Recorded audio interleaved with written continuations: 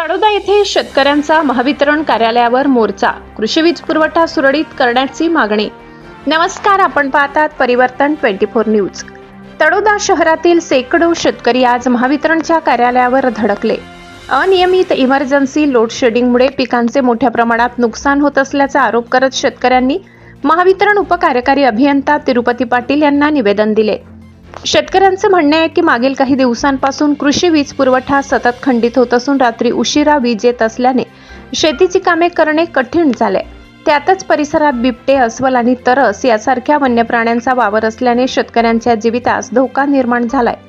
यावेळी शेतकऱ्यांनी मागणी केली की येणाऱ्या मान्सूनपूर्व काळात तुटलेले वाकलेले पोल, मुख्य उपवाहिन्यांच्या तारा तातडीने दुरुस्त कराव्यात. तसेच ट्रान्सफॉर्मरवरील फ्यूज पेट्या, केबल ऑइल यासारखे आवश्यक साहित्य उपलब्ध करून वीज पुरवठा सुरळीत करण्यात यावा. ओव्हरलोड झालेले ट्रान्सफॉर्मर बदलून किंवा लाईन विभागातून शेतीसाठी नियमित वीज पुरवठा द्यावा. तसेच दिवस उजेडात 4 तास आणि रात्री 4 तास असा वीज पुरवठा करण्यात यावा अशी मागणीही करण्यात आली. शिवसेनेचे नगरसेवक अनुप उदासी, कपिल कर्णकार, गौरव वाणी आणि सूरज माडी यांनी सहभाग घेत महावितरण अधिकाऱ्यांना जाब विचारला.